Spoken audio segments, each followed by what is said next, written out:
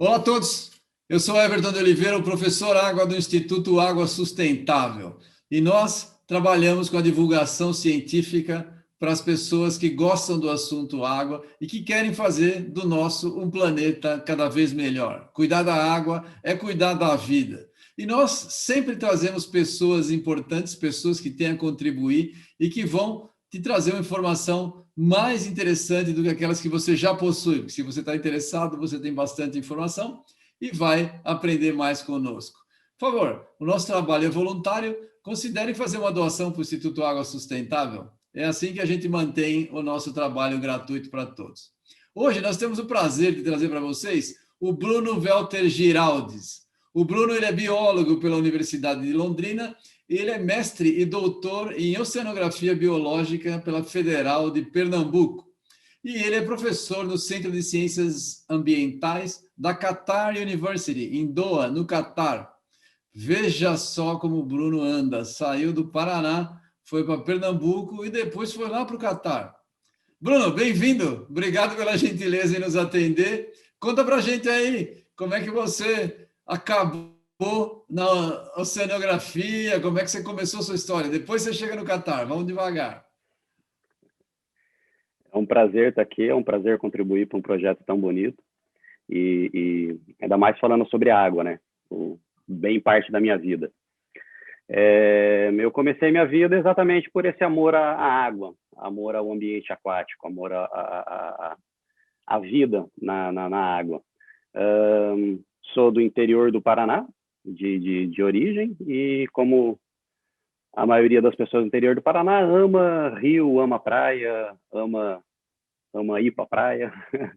E eu acabei seguindo a parte de biologia marinha exatamente por esse amor amor de férias, amor da praia, amor de estar no ambiente aquático e daquele environment, né? aquele meio ambiente. E eu acabei seguindo para a área de biologia e para a área de oceanografia exatamente por causa disso. Foi basicamente, queria me divertir na praia, queria mergulhar.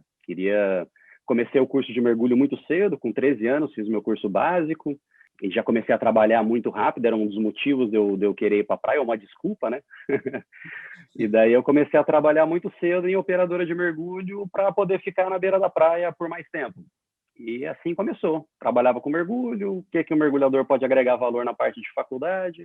Por pressão de família, não vai ficar só mergulhando, não, vai fazer alguma faculdade. Estuda, meu filho. Assim estuda, meu filho. Boa, boa. Pô, que legal. Mas conta mais aí. E como é que você foi para o Catar? Faz o caminho todo. Você saiu do Paraná, fez biologia lá em Londrina, que é uma cidade que eu gosto muito, e depois você foi para Pernambuco. Conta aí como é que foi isso. Exatamente. Eu fiz biologia na Universidade Estadual de Londrina, daí eu tinha que escolher que lugar fazer o meu mestrado. Aí, na época, para mestrado, tinha mais a FURG, no Rio Grande, o Instituto de Oceanografia da USP, e lá em Pernambuco, no Departamento de Oceanografia, acabei indo para o Museu Oceanográfico, né, lá de Pernambuco. E eu fui para lá porque uma das vezes que eu fui visitar, conheci o Recife de Coral, vi aonde que eu ia fazer minha pesquisa, era a opção ou morar no Rio Grande do Sul, ou em São Paulo, ou em Porto de Galinhas. Ficou fácil ainda mais que o meu objetivo era mergulhar, era me divertir mesmo. Meu objetivo era seguir nessa área. Aí, uma vez lá em Pernambuco e dentro do Museu Oceanográfico, a ideia de continuar mergulhando em lugares mais complicados ou para aumentar a minha experiência de mergulho, vamos dizer assim, me levou para estudar os crustáceos, caranguejo, lagosta e camarão, porque eu podia mergulhar à noite nas cavernas lá. Então, eu fiz como tese e tanto o meu mestrado como o meu doutorado foi uma continuação. Eu fiz o catálogo, a caracterização, a distribuição espacial dos animais que vivem do caranguejo, lagosta e camarão, que vive dentro das cavernas. Mostrei um padrão de caverna, de biodiversidade, por exemplo, um camarãozinho que vive lá em Pernambuco, ele é o mesmo do que vive em Yucatán, no México, mostrando que existe equivalência de nicho dos cenotes de Yucatán com as cavernas de coral lá de Pernambuco, mostrando que existe um sistema cavernícola mesmo, né, que era uma espécie de estegobite lá. E com isso acabei publicando um monte de artigo e seguindo para essa área de taxonomia, de identificação, criei um método de senso visual subaquático, caracterizei, descrevi, né, mostrei que o principal estoque pesqueiro do Brasil, do Nordeste, que é a lagosta vermelha, que é antigamente chamada de Panulirus argus, eu mostrei que ela era uma espécie diferente. Então, em 2016, agora, saiu o artigo, que veio dessa época, mostrando de que a lagosta do Brasil é um estoque pesqueiro especial. É até interessante que a mesma lagosta, que foi um dos motivos de ter as 200 milhas náuticas no Brasil, né? Que teve aquela Guerra da Lagosta, a Guerra da Lagosta na 60 alguma coisa, 1960, onde os franceses... 70, não foi? Por aí. Foi alguma coisa 60 para 70, que daí a França estava invadindo, ou alguns outros... Acho que era a França mesmo. Estava invadindo a área costeira do Brasil para pegar as lagostas, e daí e era essa lagosta, esse estoque pesqueiro. Daí que eu acabei estudando um pouco mais dessa parte da história dessa lagosta. Eu dei nome para ela, hoje em dia chama Panulirus meripurpuratus. Mas, diferente do que a maioria dos biólogos faziam ou fazem durante esse meu mestrado e doutorado, eu, por já ter trabalhado com mergulho e continuar trabalhando com mergulho, eu vi um nicho de mercado, vamos dizer assim, e eu montei minha própria empresa para cofinanciar a minha pesquisa. Então, esse é um dos pontos chaves dentro da história da minha vida que me trouxe para o Catar. Que essa vontade, ou esse instinto empreendedor, não sei, acabou... Óbvio, o mergulho em caverna não é barato, a operação logística, a faculdade ela é em Recife, ela é 80 quilômetros da beira da praia. Então, para eu poder ter uma base na beira da praia, eu tinha que ter minha própria base.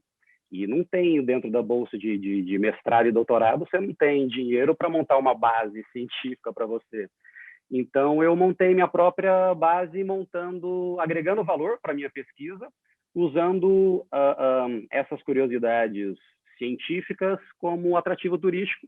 Então, montei uma operadora de turismo científico, turismo ambientalmente correto, que montou uma estrutura logística para cofinanciar minha pesquisa. Então, eu tinha estrutura para mergulhar à noite, tinha equipe para ir mergulhar à noite comigo. Então, eu acabei montando minha própria base científica, vamos dizer assim.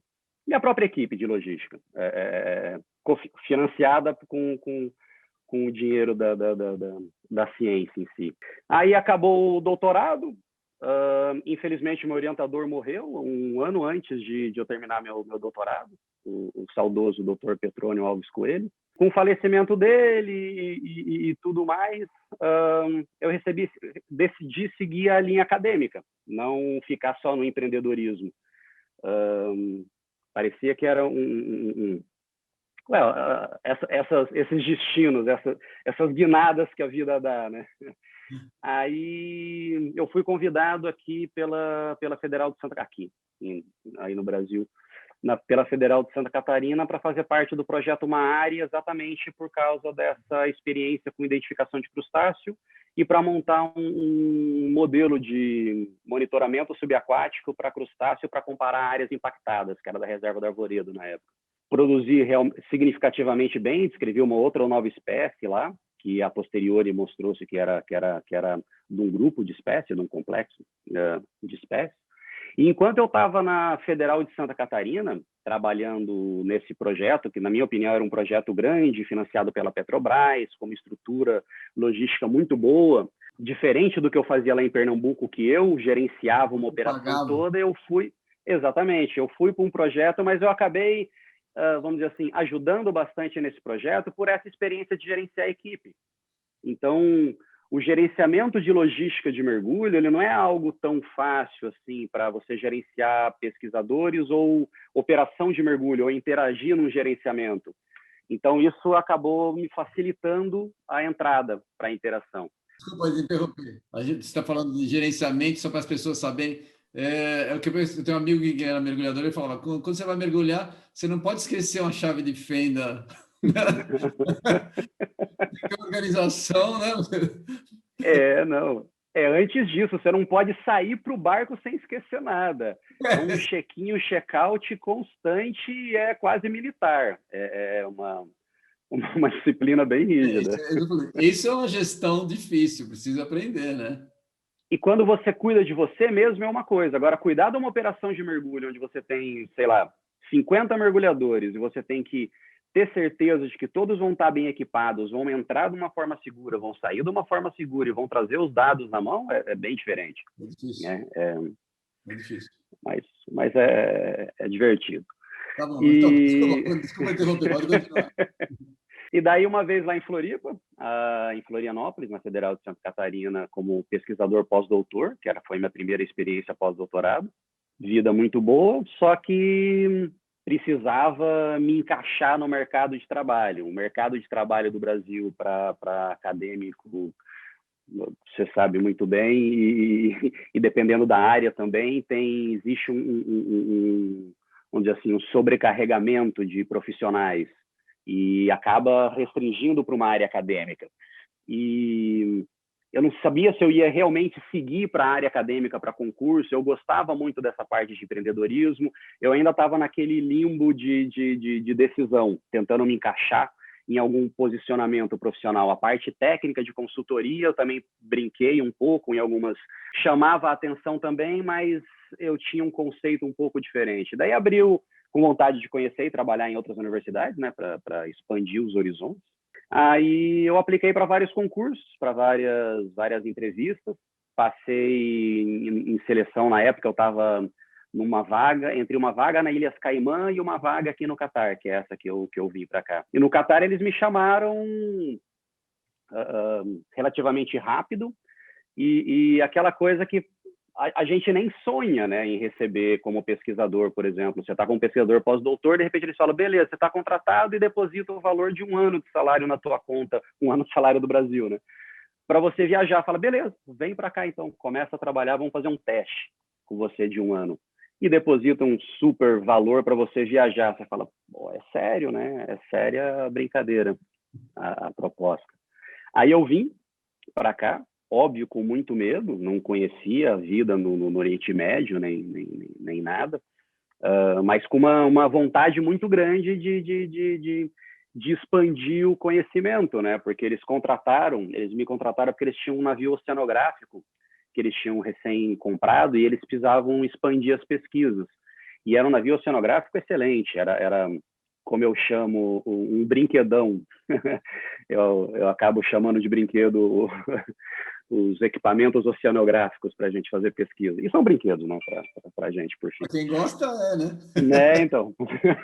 Comecei a trabalhar aqui mas foi engraçado, não sei quanto tempo que tenho para a entrevista, se eu posso contar, é uma curiosidade interessante. Pode, conta, claro. Bem-vindo. Quando eu cheguei aqui a primeira vez, a gente sempre fica assustado, né? Estou chegando num ambiente diferente, estava com a minha mulher e com a minha filha, num país que eu falei, será que eu vou ter que cobrir elas? Não vou ter que cobrir elas? Qual que vai ser o comportamento que eu tenho que ter? Acho que a gente acaba tendo muito preconceito, né? Com o que a gente não conhece. Cheguei e fui recebido na porta do avião com um motorista, com uma pessoa me recebendo, falando, bom dia, doutor, é um prazer ter você aqui. Já me deu uma sacolinha com celular, com computador. O motorista e os ajudantes carregaram toda a minha mala. Eu fui com o motorista particular que ficou prestando serviço para mim nas primeiras 2 semanas, enquanto até eu me aclimatar totalmente. Aí me levaram para um hotel, tinha um manual de instalar o celular, ligar o número e esperar a chamada no dia seguinte. Aí instalei, aquela coisa surreal. Cheguei num hotel luxuosíssimo, com aquela cesta gigantesca de frutas secas e cheio de mimos. Minha mulher e minha filha adoraram, obviamente. E no dia seguinte, o motorista me buscou, me levou lá para a faculdade, tinha uma apresentação para todos os novos acadêmicos, era uma apresentação, e foi até engraçado que foi uma apresentação em árabe, e o ponto eletrônico era um indiano traduzindo do árabe para o inglês. E por mais que a gente entenda o inglês no Brasil, o sotaque, o accent do indiano, ele é bem peculiar. Foi bem engraçado essa primeira impressão, porque é tudo muita ostentação e E daí logo depois dessa sala, meio perdido, pedi novamente informação e vi que eles montaram um sistema de guichês, onde você passava no guichê, aqui qual banco que você quer escolher para você receber teu dinheiro. Tem banco A, B ou C, beleza, quero esse banco. Qual tipo de telefone? Quero esse telefone, beleza. Um telefone para você, um para sua mulher, um para sua filha. Daí com número, com linha, com aparelho, com tudo mais. Onde você gostaria de morar? Quantas pessoas tem na tua família? Ah, são 3 pessoas. Você quer casa ou apartamento? Ah, eu queria morar numa casa. Beleza, uma casa para você teria que ter 2, 3 quartos e bababá.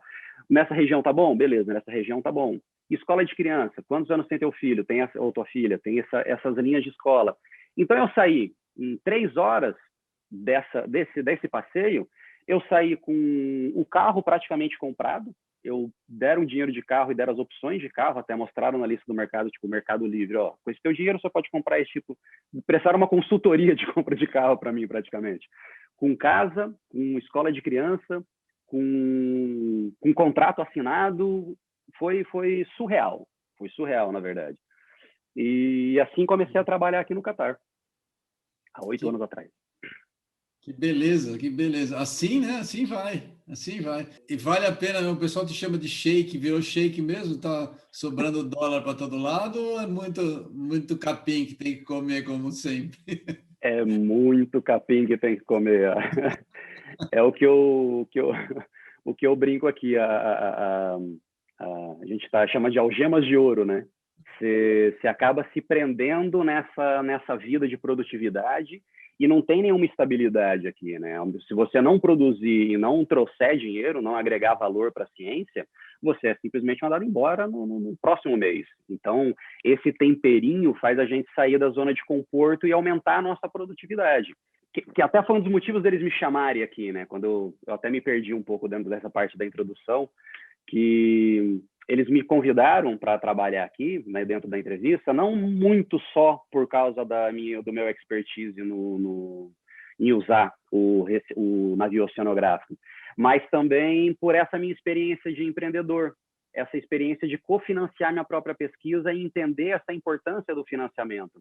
Então, quando eu comecei a trabalhar, o cenário era totalmente diferente do cenário acadêmico do Brasil, onde foi apresentado, ó, tem esses brinquedos, um navio oceanográfico, uma equipe de mergulhadores, vários barcos rápidos, uma estrutura de mergulho, você tem laboratórios de química, de biologia, com equipe, com staff já formado. Beleza? Está na tua mão. Produza. Agora, traga dinheiro para a gente, acha financiamento de pesquisa e monte projetos que a gente consiga atrair dinheiro e produzir ciência com isso daí. Esse temperinho de ser demitido acaba acelerando a gente a sair da nossa zona de conforto para produzir muito, que foi daí uma grande experiência que eu tive aqui no Catar, que eu achei que vale a pena compartilhar. Muito legal, muito legal. E você veio para o Brasil para acompanhar um projeto de reconstituição da orla e fauna marítima, lá em Pissarras, em Santa Catarina.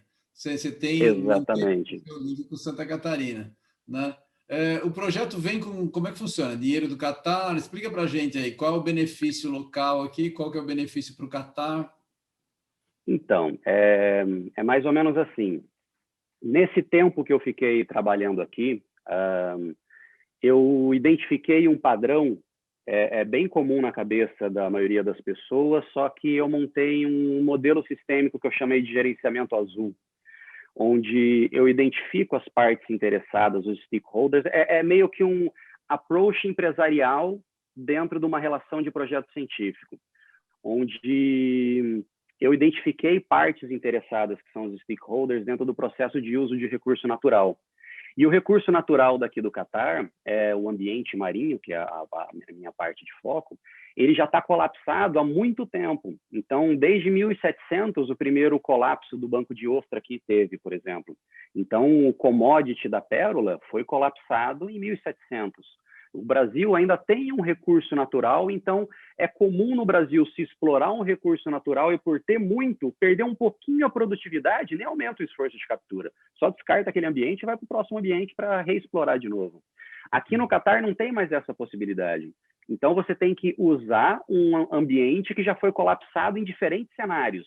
Já teve um super derramamento de petróleo, já teve um super branqueamento, tem uma super temperatura, já mataram todos os... Teve bottom-up e top-down que é o balanço trófico a quebra do balanço trófico dentro do ecossistema. Quando você arranca um predador, você tem excesso de presa. Quando você arranca uma presa, você tem excesso de... E assim, você arranca uma base da cadeia trófica, você tem... Encontrei um ambiente totalmente já colapsado dentro da relação trófica, né?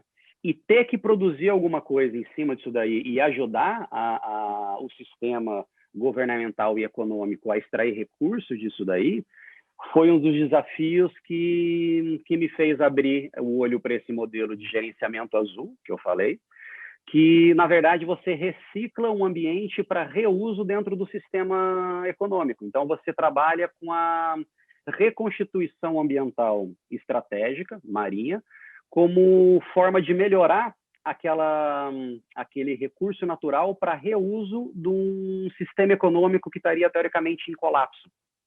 E vendo e conseguindo a aprovação de projetos grandes aqui e desenvolvendo várias, principalmente para a parte de Recife de coral e de estoque pesqueiro, onde você criando novos aqui no mundo árabe, por exemplo, já está colapsado, daí constrói-se ilhas.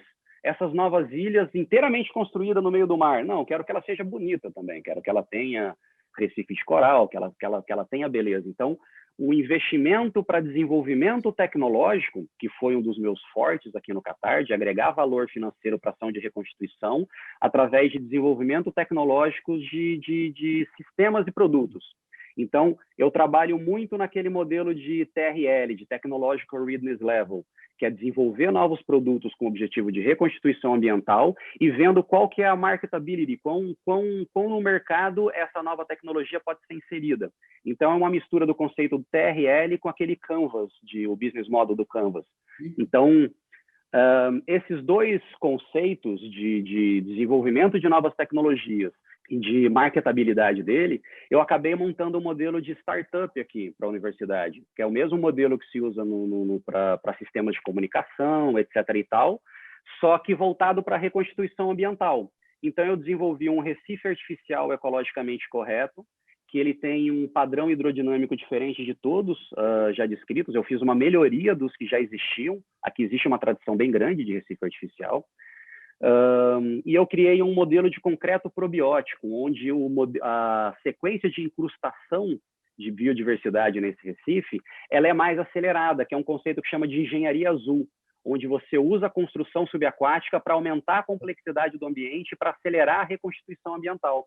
Então, você acaba agregando o valor de uma construção subaquática para uma reconstituição do ambiente já colapsado. Dentro desse conceito, que é sistêmico e é padrão no mundo todo, eu montei parceria com o professor Tom Baldock, da Austrália, do Departamento de Engenharia Costeira lá, do Laboratório de Coastal Engineering, e eu testei esse recife artificial no corredor de onda para ver a sedimentação.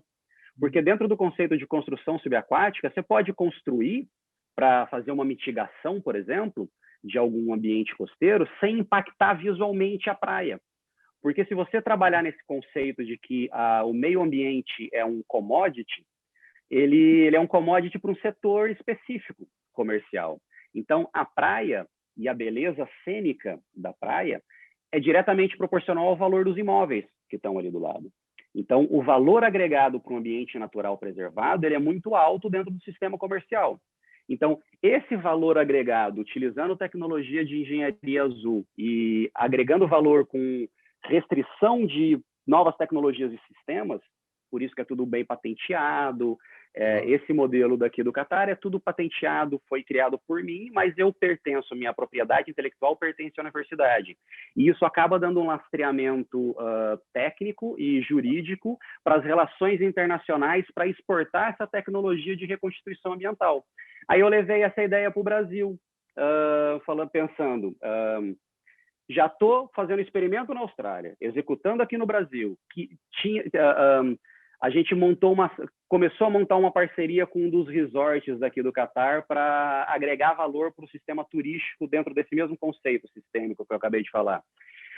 E eles falaram, vamos para Maldivas, porque Maldivas é o modelo ideal para esse sistema de descarte de ambiente natural, onde a ilha, que era linda há pouco tempo atrás, foi super explorada, perdeu o valor ecológico e a funcionalidade biológica, o valor ecológico e o valor econômico. Aí o turista migra para outro ponto, essa ilha é descartada. A outra ilha, então, já existe um histórico de sucessão de desgaste. E no Brasil, a gente já tem esse histórico de sucessão de desgaste e de descarte de recurso natural. E daí eu comecei lá em Pernambuco, na verdade, teve o derramamento de petróleo de lá, e a associação de hotéis de lá me ligaram, os chefes, porque eles conheciam o meu trabalho de desenvolvimento de tecnologia. Eu já estava trabalhando com tecnologia e com uma pesquisa da parte de derramamento de petróleo para limpeza e caracterização dos poluentes, etc. e tal. E eles queriam uma ajuda em off. E daí eu falei, olha, eu acabei de desenvolver um modelo de gestão de recursos, de ambiente natural, e eu estou montando essa startup e seria um modelo ideal para se usar aí no Brasil. Só que para montar esse sistema, a gente tem que trabalhar num sistema comercial. Então, tem que montar um plano de negócio, um business model, etc. e tal. Então, em muito pouco tempo que começou a montar isso, em Santa Catarina teve o problema de ressaca e de comer a praia e tudo mais. E a empresa que eu, vamos dizer assim, interagi, que eu estava procurando uma empresa com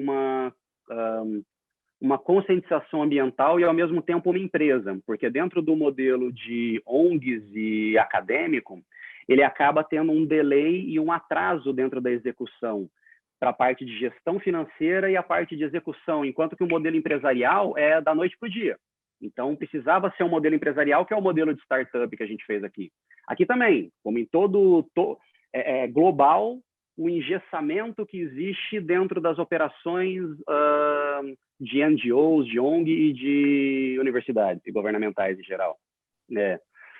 Aí eu entrei em contato com essa empresa, comentei da ideia, a gente começou a formalizar as parcerias, as exclusividades, os padrões de royalties. Então, essa empresa, ela ficou a responsável no Brasil para usar essa tecnologia que eu desenvolvi, não só o produto como o sistema, para a reconstituição de estoque pesqueiro, orla e parte turística. Então, a gente agrega valor para 3 sistemas econômicos importantes da costa brasileira, em ambientes já colapsados, onde o público já não está mais indo para lá, ele está migrando para o preservado. Por exemplo, em Pernambuco, a ilha de Itamaracá, na década de 60, era o lugar para se visitar. Foi colapsado ambientalmente falando, o pessoal migrou, Boa Viagem e Itamaracá eram os pontos. Com colapso ambiental, desvalorizou o sistema e aquele sistema econômico migrou, por exemplo, a Porto de Galinhas. Em Porto de Galinhas, agora, depois do derramamento de petróleo e do branqueamento de coral, existe a chance de um declínio. E, de fato, o declínio ele é sutil, começa com um turista estrangeiro desaparecendo, um turista local com menos investimento aparecendo. E dentro desse cenário de declínio, é a hora que entra o modelo empresarial de gestão de recurso natural como forma de agregar valor para um sistema econômico.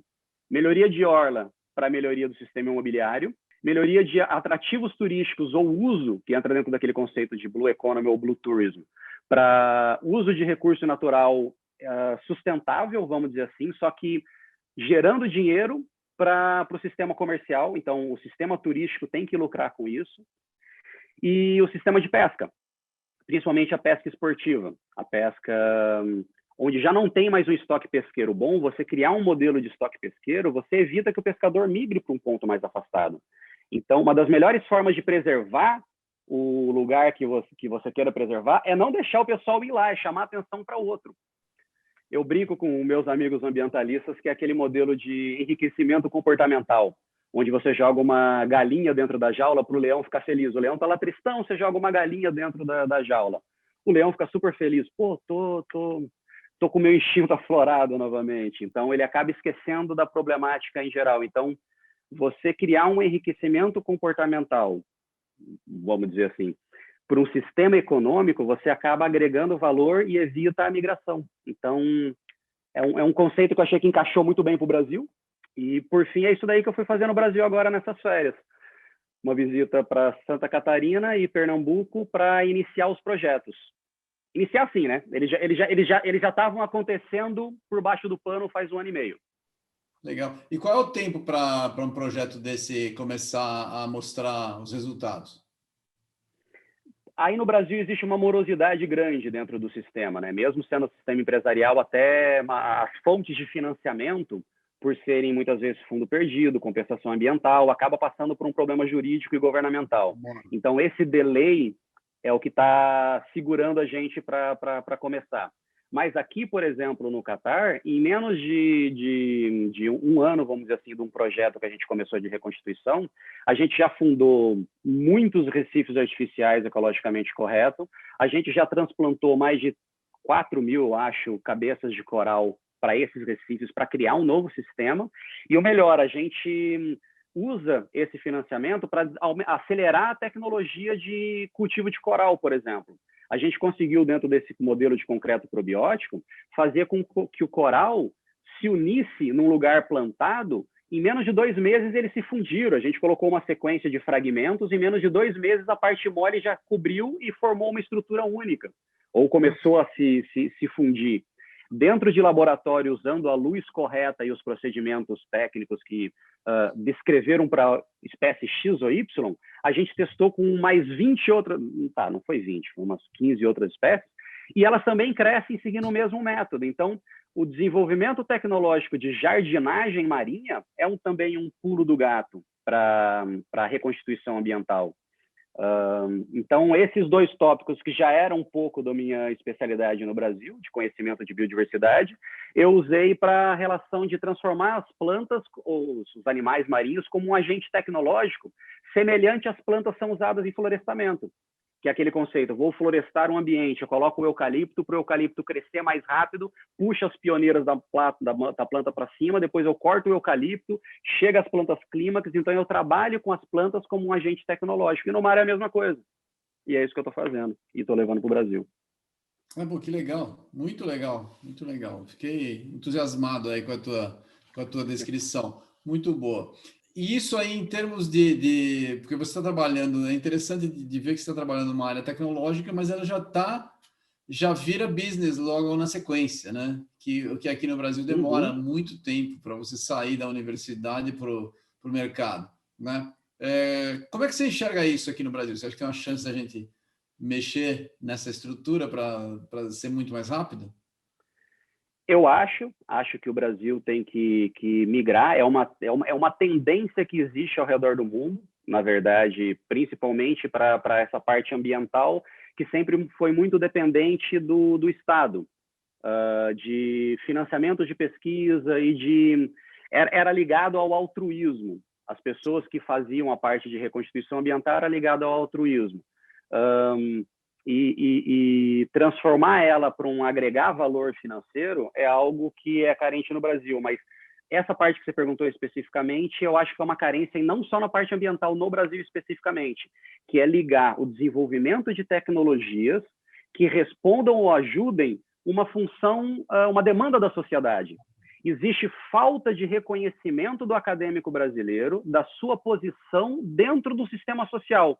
Qual que é a minha função como acadêmico? É captar fundos de pesquisa e interagir para ajudar o sistema econômico e governamental a planos A e B. Eu, como acadêmico, eu tenho informações privilegiadas e cientista, que eu consigo usar métodos científicos para avaliar funcionalidades de novas tecnologias e novos conceitos.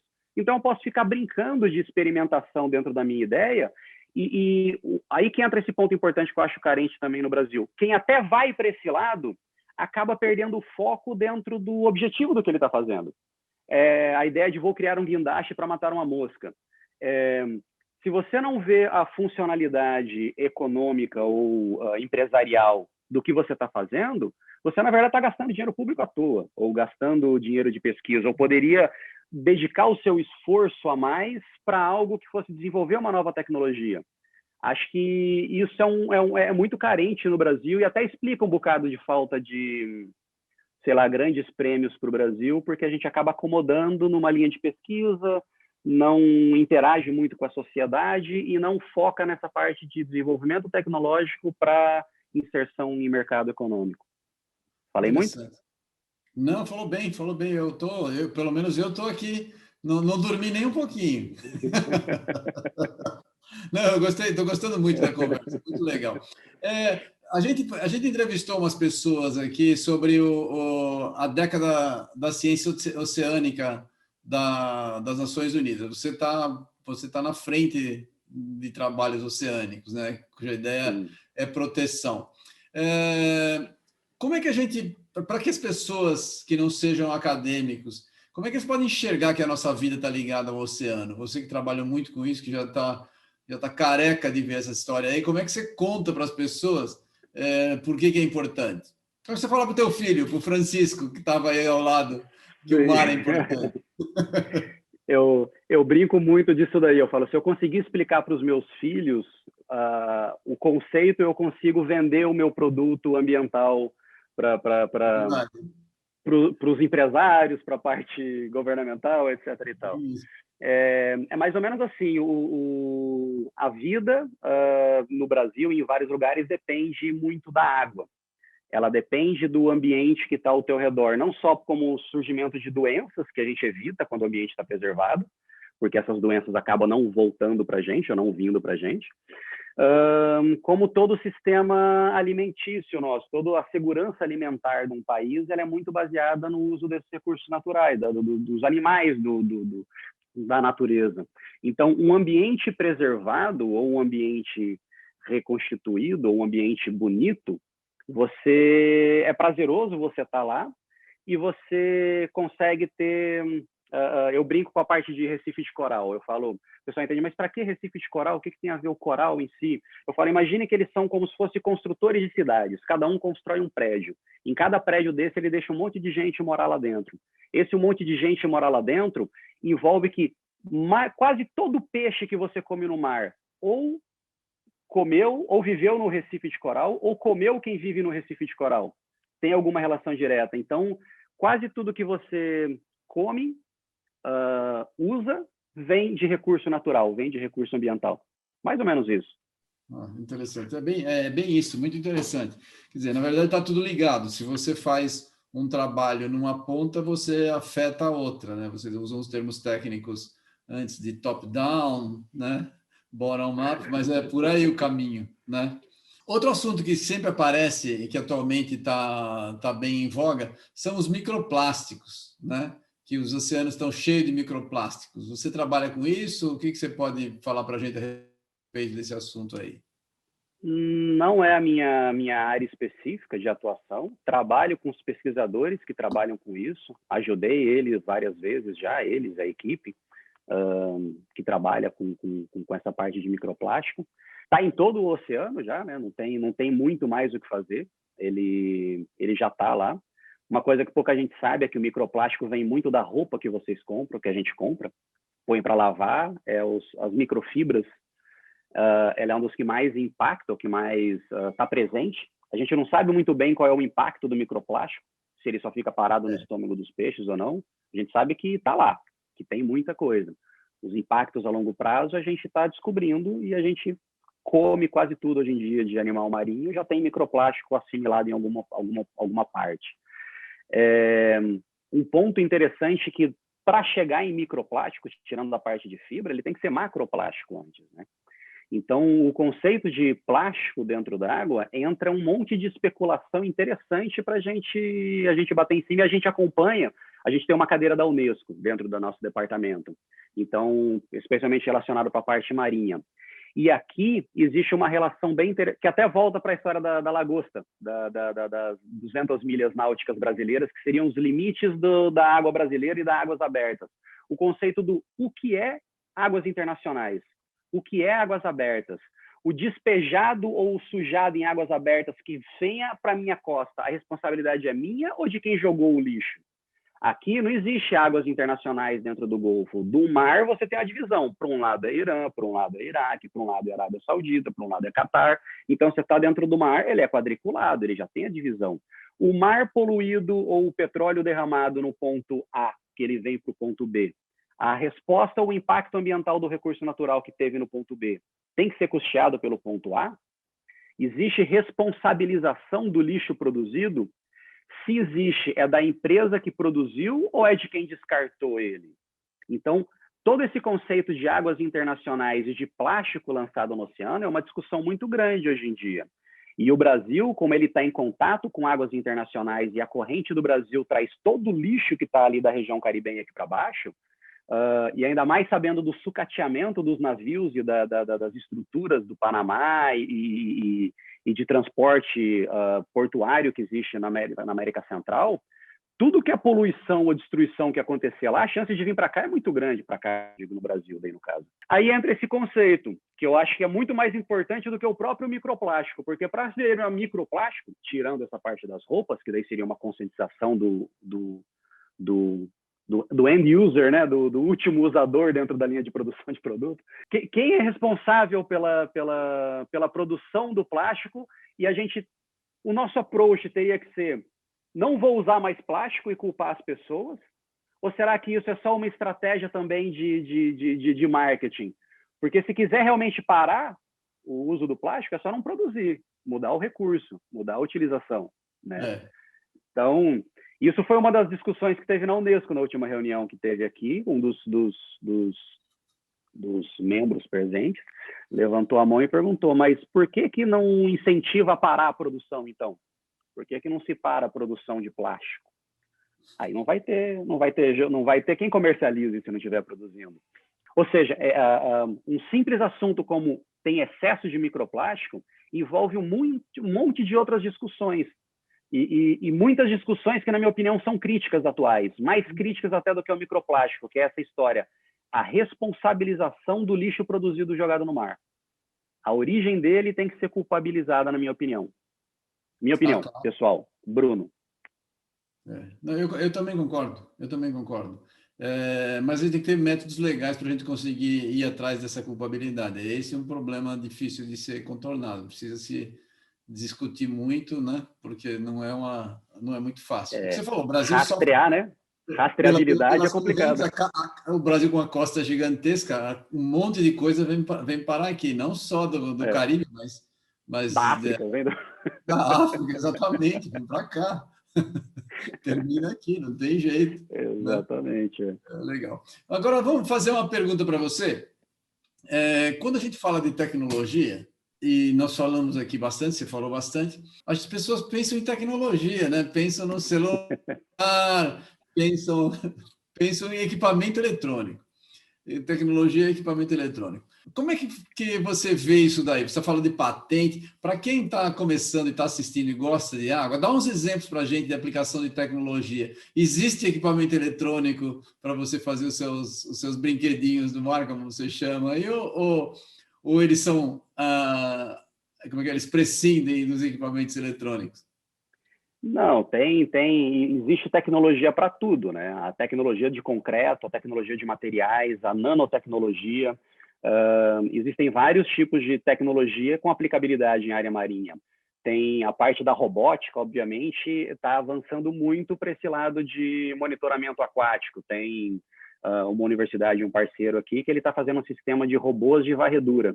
Então, vários pequenos robozinhos flutuantes, autômatos, que fariam a varredura do fundo oceânico para caracterização. É um projeto sonhador, é um desenvolvimento de nova tecnologia e é bem interessante.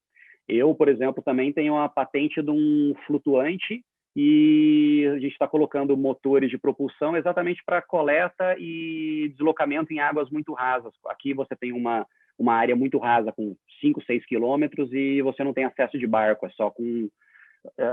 são desenvolvimentos de tecnologia com objetivos específicos. E daí, no caso do celular, ou para a parte marinha, desenvolvimento de métodos de pesca, desenvolvimento de métodos de criação, como, ao melhorar a produção do peixe A, do peixe B, como colocar ele no mar de volta, como gerenciar um estoque pesqueiro, software de gerenciamento, cálculos de gerenciamento, em geral, de estoque pesqueiro, por exemplo, modelagem numérica. Na parte de controle de erosão costeira, por exemplo, a engenharia azul seria para a sedimentação ou a construção subaquática para analisar os modelos e os vetores de deslocamento. Então, para você ter uma ideia, a gente não conhece direito nem a parte do fundo do mar nosso, 50, 60 metros para baixo, ainda é meio que cego para a gente. Então, tecnologias de monitoramento ou de entendimento do que tem lá, ou de como explorar esse recurso do jeito lucrativo e preservando ao mesmo tempo. A ideia de gaiolas submersas, por exemplo, para cultivo de peixe em mar aberto, é uma tecnologia carentíssima. Falta gente que desenvolva essas tecnologias. Então, a demanda comercial de pesca, de turismo, de melhoria costeira para melhoria de paisagismo em geral mesmo, vamos dizer assim. Só que um paisagismo natural, né? É um conceito até interessante que o Stephen Jay Gould, um dos últimos evolucionistas, escreveu aquele livro falando da beleza de uma Mata Atlântica e de uma beleza dos jardins chineses, onde teve uma intervenção humana nos jardins chineses, mas as pedras foram colocadas do jeito bonitinho, cresceu a natureza em volta de um lugar já manipulado. Então, existe um avanço tecnológico, ou uma carência de um avanço tecnológico muito grande, e o Brasil podia aproveitar um bocado mais dessa parte. Eu concordo, eu concordo. A gente trabalhou num projeto aqui de indústria 4.0, que tem uma demanda grande, que o brasileiro é bom com tecnologia, anda rápido, né? Eu também sou um empresário, né? Sou professor, mas sou empresário. Eu acho que se liberar a criatividade empresarial no Brasil, anda muito rapidamente. As pessoas são boas, têm ideias, resolvem coisas, né? Tem engenhosidade muito grande das pessoas. Tanto que a gente vê o brasileiro se dando bem em vários locais, né? Ele vai para lá, tem um instinto de sobrevivência muito bom e se dá bem. Não é verdade? É verdade isso. Instinto de sobrevivência. A gente estudou fora, morou fora, sabe muito bem, sabe comparar, é importante, né? Eu concordo com você. Vamos fazer, o nosso papo tá bom, mas a gente tem sempre limitações de tempo.